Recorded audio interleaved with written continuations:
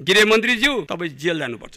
तपाईको बयान त अब नेपाली कांग्रेसले लिने होइन, तपाईको बयान त अब सीआईबीले लिनुपर्छ, तपाईको बयान त सम्पत्ति शुद्धिकरणले लिनुपर्छ, तपाईको बयान त अख्तियार दुरुपयोग अनुसन्धान आयोगले लिने हो। त्यति मात्र होइन, तपाईको बयान त उच्च स्तरीय छानबिन समितिले लिने हो। तत्कालीन गृहमन्त्री रवि लामिछानेलाई नैतिकताको पाठ पढाउँदै जो तपाईँ रमेश लेखक अहिले गृहमन्त्री हुनुहुन्छ, उहाँले के भन्नुभयो भने आरोप लागिसकेपछि, जब रवि लामिछानेलाई आरोप लागिरहेको थियो, आरोप लागिसकेपछि जो कोहीले पनि निष्पक्ष अनुसन्धानका लागि राजीनामा दिएर मार्ग प्रशस्त गर्नुपर्छ भनेर उहाँले भन्नुभएको थियो। यही शब्द उहाँले भन्नुभएको थियो। तपाईँ अरूलाई आरोप लाउँदा भन्नुहुन्छ राजीनामा देऊ, जतिखेर रवि लामिछानेलाई उहाँले आरोप लाउँदा भन्नुभएको थियो राजीनामा दिनुहोस्, मार्ग प्रशस्त गर्नुहोस्, बाटो खोलिदिनुहोस्।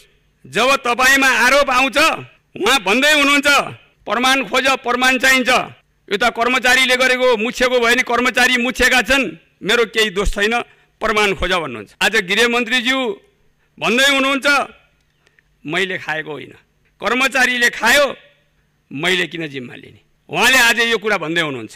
खाने बेला मिलेर खाने, दोष कर्मचारीले दिएर होला र गृहमन्त्रीज्यू तीर्थराज भट्टराई उहाँलाई नियन्त्रणमा लियो। गृह प्रशासनका अरू सारा कर्मचारीहरू पनि संलग्न भएको अहिलेसम्मको यो धेरै ठुलो भ्रष्टाचार हो। यो प्रकरणमा अचम्म छ, सबै कर्मचारी मिलेका छन्। अरू त अरू हो, ड्राइभर र शौचालयमा सरसफाई गर्ने कर्मचारीले पनि त्यहाँ भाग पाउने रहेछन्। सबैलाई भाग दिएपछि विवाद पनि नहुने, बाहिर कुरा पनि नजाने, कस्तो राम्रो तरिका, कस्तो राम्रो योजना।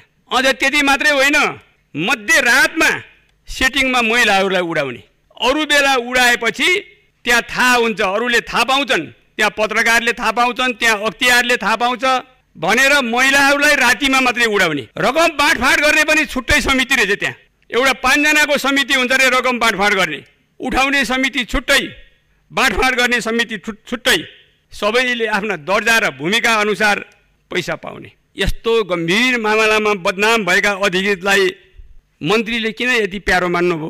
छानबिन गरिरहँदा 14 जना कर्मचारीहरूलाई फेरि किन हटाइयो? हाम्रो माननीय गृहमन्त्रीज्यू कानुनको ज्ञाता हुनुहुन्छ, उहाँ मृदुभाषी पनि हुनुहुन्छ, उहाँ तर्क गर्नलाई कुतर्क गर्नलाई धेरै सिपालु हुनुहुन्छ। सबैभन्दा बढी नैतिकताका कुरा उठाउने कोही हुनुहुन्छ भने अहिलेको गृहमन्त्री रमेश लेखकजी हुनुहुन्छ।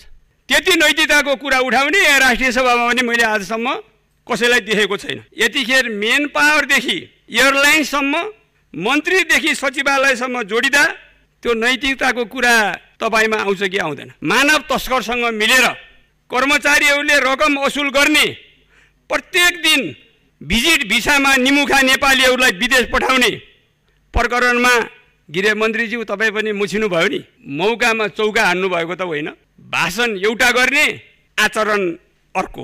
आजकल गृहमन्त्रीले ज्यूले गुहार मागेको नेपाली कांग्रेसका नेताहरूसँग मलाई जोगाइदिऊ भनेर उहाँले गुहार माग्नु भएको छ।